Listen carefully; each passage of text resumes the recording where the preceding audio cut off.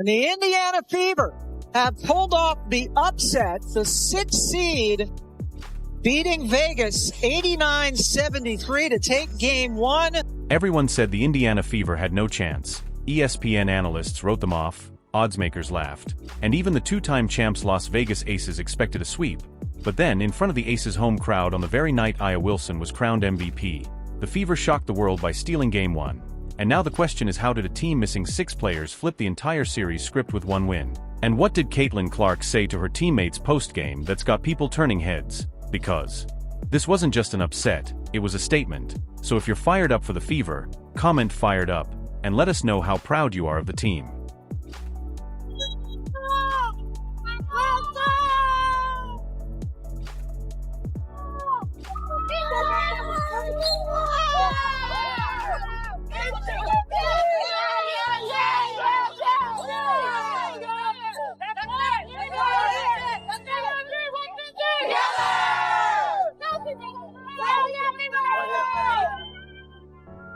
What happens when a team enters the playoffs with 6 players out, no analyst giving them a real chance, and the two-time champions waiting?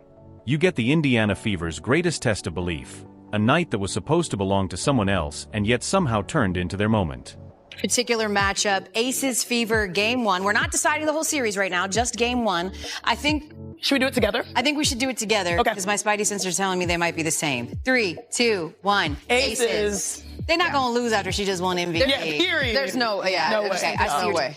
From the start, the series was framed as a mismatch. ESPN panels labeled it short and predictable. Sportsbooks had odds so lopsided it was easier to bet on how many points Las Vegas would win by than whether Indiana could win at all. And even the pre-game language showed it, with headlines talking about survival, not victory. The Aces were expected to roll on their way to another finals, and the subtext was clear. If Indiana wanted to avoid humiliation, that alone would count as success. Indiana Fever had no business winning a playoff series this year, had no business advancing to the semifinals for the first time in a decade, and yet here they are, eliminating the Atlanta Dream in Atlanta without Caitlin Clark, without Sophie Cunningham, without Sid Colson, without Erin McDonald, without Chloe Bibby. The hospital squad is on the bench, and yet the Indiana Fever are into the semifinals of the WNBA playoff. Then came the injury list. Caitlin Clark sidelined, Sophie Cunningham out, Sydney Colson, Chloe BBY, Ari McDonald, Dyrus Dantas. 6 names gone, and the Fever didn't look like a playoff squad. They looked like a team stuck together with tape. It wasn't just about being underdogs anymore. They were being called lucky to even be standing there, as if their season had already expired. And then the coaching of Stephanie White. She is working with a 9-woman rotation, and 5 of those players did not even touch the court the last time the Fever played the Dream during the regular season, and 3 of those players weren't even on the team. I cannot say it enough. The Indiana Fever should not be here. They continue to be here. They battle. They're resilient. It's wildly impressive. Caitlin Clark wore the black Air Force One. Picture the scene in Las Vegas before tip-off. Championship banners hung high, the crowd set for celebration, and the centerpiece, Aya Wilson being honored with her MVP trophy at center court. The announcement wasn't just about recognizing her brilliance. It symbolized the story everyone expected. Vegas as the powerhouse, Indiana as the background act, because the Fever's players weren't just overlooked. They were invisible in their own semi-final debut. You actually just referenced it twice. It is Indiana. Dropped 2 of the 3 games to them this year, but you haven't seen them since late July. What excites you about that matchup? That they haven't seen the real Aces yet. They caught us when we were at a bit in turmoil. Not only that, they whooped us one of those stretches. So, you know what? We'll buckle in, hone in where we can, and take care of business. And yet, sports have a way of flipping the script when expectations are at their stiffest. Just like past underdog runs where teams written off before tip-off ended up rewriting history. Indiana's Game 1 wasn't just about opening a series, it was about demanding a seat at the table, and by the final buzzer, they had done exactly that. An 89-73 win, their first semifinal victory in nearly a decade, silencing doubters and dimming the spotlight on Wilson's MVP celebration. And while the team's triumph shook the league, the real shock came from one player who turned the night into her own stage.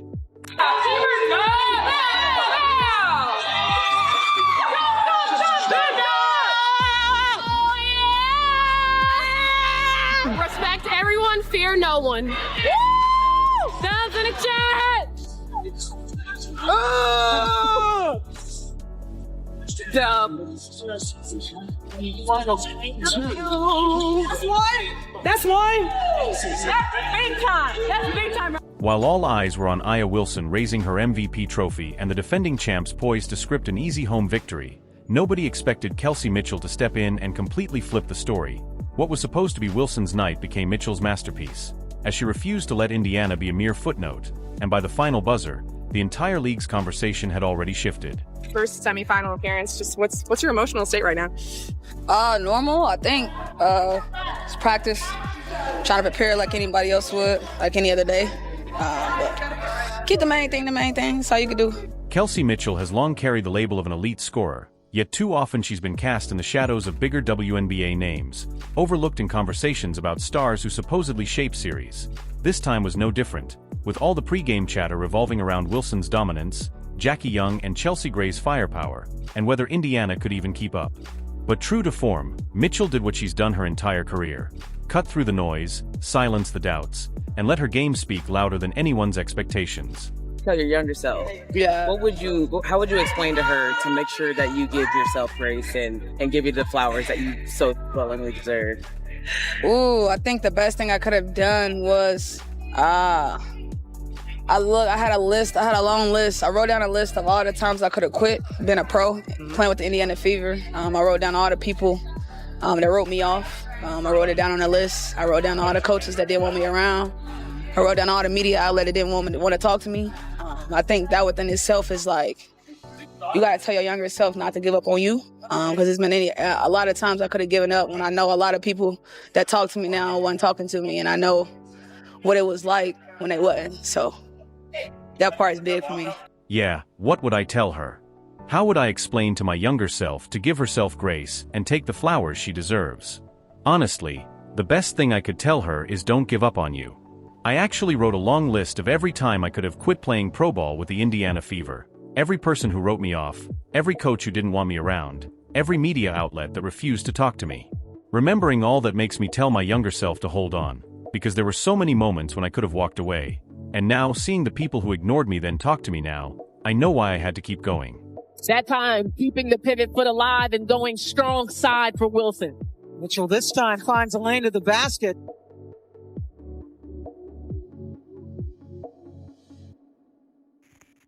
Inside to Turner. Nice look from Mitchell, which follows 5 Eastern time on ESPN.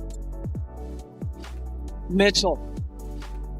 Lot of arc on that and a couple of bounces. Mitchell didn't just score, she scored in every way imaginable, knocking down mid-range pull-ups when defenders fought through screens, drilling deep threes the moment the Aces gave her a split second of space, and sinking all 6 of her free throws with perfection. From inside, outside, and everywhere in between, she looked untouchable, and by the final box score she had stacked up 34 points on 12 of 23 shooting, including 4 for 6 from beyond the arc and a flawless mark at the line. A performance that was not only efficient but relentless. He's done that. 5-point advantage for Indy. Trying to go inside. Terrific defense by Mitchell to deny Lloyd. It's Mitchell, guarded by Evans. Screen from Turner. Kelsey Mitchell knocks down another shot. No one is accountable for Hall. Mitchell, come on. That 34-point eruption wasn't just a standout game, it was history in the making. No Fever player had cracked 30 in a playoff matchup since 2012, and no one in WNBA history had ever poured in that many during their very first semifinal appearance. Mitchell didn't just join the company of legends like Lauren Jackson and Cynthia Cooper, she surpassed them, setting a new standard. To do it against the defending champions, on the same night A'ja Wilson was honored as MVP, turned her performance into more than just a box score feat. It was a statement carved into the league's record books. So who's going to step up, and how can the Aces find an edge? Another good cut to the basket, this time by Turner. The Las Vegas Aces are running out of time because the Indiana Fever making passes with... That's right. Boston. Triple team, kicks it out. Kelsey Mitchell. And even from the sidelines, the magnitude of the moment wasn't lost. Caitlin Clark, out with injury, summed it up perfectly with just 2 words on social media. Kelsey, unreal. No long speech, no overanalysis.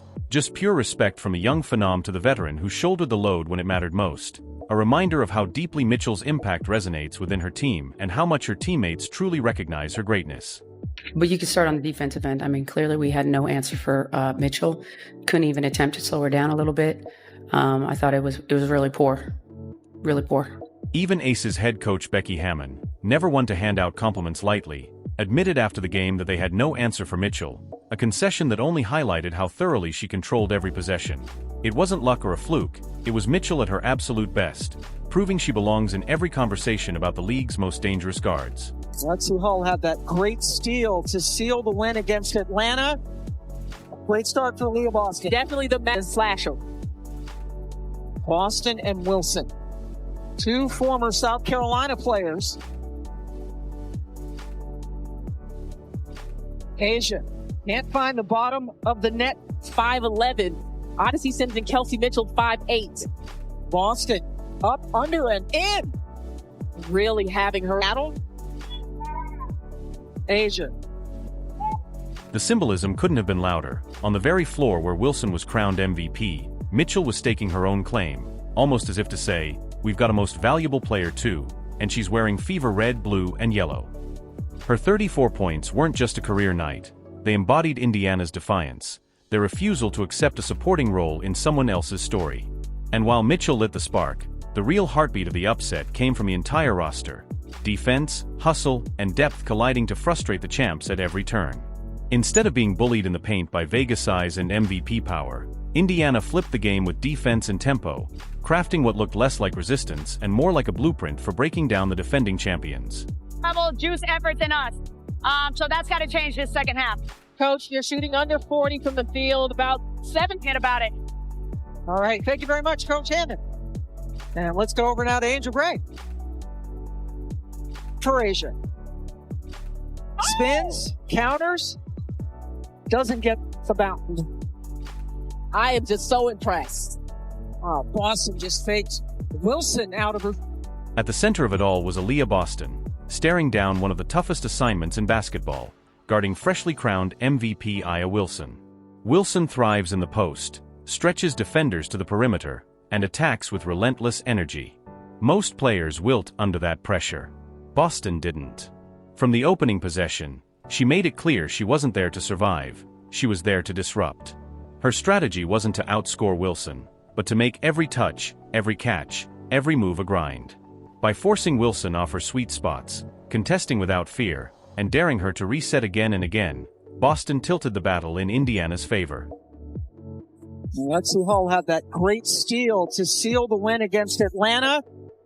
A great start for Leah Boston.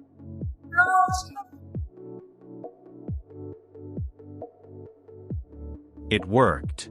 Wilson still finished with 16 points and 13 rebounds, solid numbers on paper, but the real story was her rhythm. Every bucket came with a grind. Every possession dragged her into shots that lacked their usual flow, often forcing her deep into the shot clock. That constant irritation disrupted the Aces' entire offense, chipping away at the confidence of a team that typically thrives when Wilson sets the tone. Boston didn't erase the MVP, but she made her look human, and in a matchup like this, that alone was a victory. First 5 minutes. 1 shot. Rebound. Stay high. We're good. Good job, Kels. Keep playing great defense. Yeah. Stay on the ground. Yeah. Switch.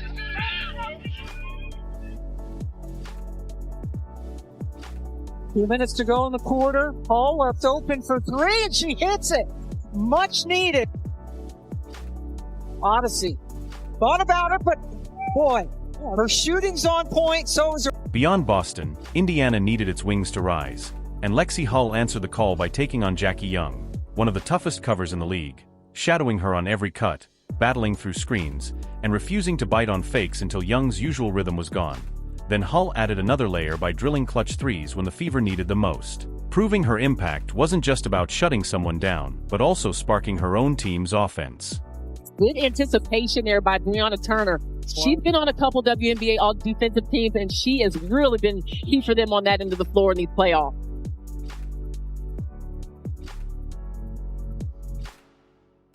Sims, yet again. That's a tough matchup. Which follows 5 Eastern time on ESPN. Mitchell.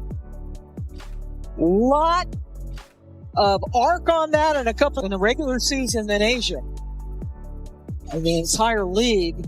And Sims, they gave her just that space and she took it. The Fever also had Odyssey Sims attacking with fire on every possession, fearlessly driving straight at Vegas defenders, splitting lanes, and forcing the Aces into foul trouble. Her relentless pushes flipped the tempo, turning Indiana from slow and cautious into fast and aggressive, leaving Vegas, the team that usually dictates pace, scrambling to react. And that shift allowed the Fever's defense to get set and lock in possession after possession. Uses her strength, her athleticism. There were 3 or 4 Seattle players right there, but Jackie Young made the game winner. Fade away from Natasha Howard. Going to the ball on the block. Now the shot clock is winding down. Young doing a good job keeping Kelsey Mitchell away from the basket, but the Fever scored. Natasha Howard was steady all night, recording another double-double as she battled on the glass to create second-chance opportunities, while protecting the lane with toughness and consistency on the defensive end. Great. Driving, taking the shot. Stopped by... Brianna Turner didn't light up the box score, but her impact was undeniable, using her length to alter shots, walling up against drivers, and making the paint a battleground the Aces couldn't dominate. By the end, Indiana had flipped a supposed weakness into a strength, outscoring Las Vegas 50-38 inside. How do you feel about the performance, the urgency, and the response you had when they made a couple runs late? Yeah, I feel good. I mean, our group has seen it all. We wanted to come in and be the aggressor right away to make sure that we were dictating on the defensive end and we were dictating from a pace standpoint. They're champions for a reason. We knew that they were going to make runs. They made a big one in the third and we responded with a big one. I'm proud of our team.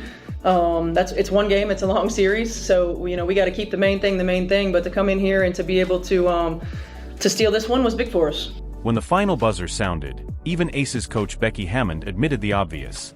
Indiana had won the categories that mattered most: pace, defense, and urgency. That acknowledgement told the whole story. This wasn't luck or a fluke hot shooting night. It was a team showing exactly how they could compete, frustrate, and win again. Now the question is whether the Fever can carry that same defensive blueprint into Game 2 and keep the Aces from adjusting. One game is down, but history delivers a warning. 28% of teams who lose the opener in a best-of-5 still rally to take the series. The Aces know it. Their fans know it. That's why they'll treat Game 2 like it's life or death. For Indiana, these next 40 minutes are the most important of their season. Win again, and they head home with a 2-0 lead and a chance to close it out in front of their own crowd. Lose, and the series resets. Momentum gone in an instant. We've got to keep the main thing, and that is us playing to a standard of basketball that we want to have as an Indiana Fever organization and franchise. We've got to keep our layers, the outside, the people in our building, and the people in our locker room. And the thing I'm just so proud of with this group is it doesn't matter who's on the floor, it doesn't matter who's on our roster. They give each other the freedom to be themselves. They empower one another to be themselves and to be the best version of themselves. And every time we've had a change, every time we've brought someone in, every time we've had rotational changes, they're for each other. They live the we over the me. And when you have that, it just gives you opportunities to do really special things. Championship teams respond to losses in ways that separate them from the rest, and the Aces have proven it before. They faced early playoff setbacks only to bounce back fast, making adjustments in hours that take other teams weeks. That's their edge, and it's why they won't come out flat again. They'll come out swinging. Aya Wilson, especially, will be locked in on redemption. She hates being contained, and Las Vegas will make it a point to feed her in strong scoring spots from the opening tip. Jackie Young, who struggled under Lexi Hull's relentless defense, will try to shake free with early cuts, quick screens, and transition looks before Indiana sets up. And with Becky Hammond having seen exactly what worked for the Fever, you can bet she'll walk in with a sharper game plan. Which leaves Indiana with one pressing question: Can they handle being the team in control?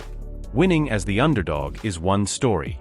Following it up when the opponent throws everything at you, that's a different, tougher test.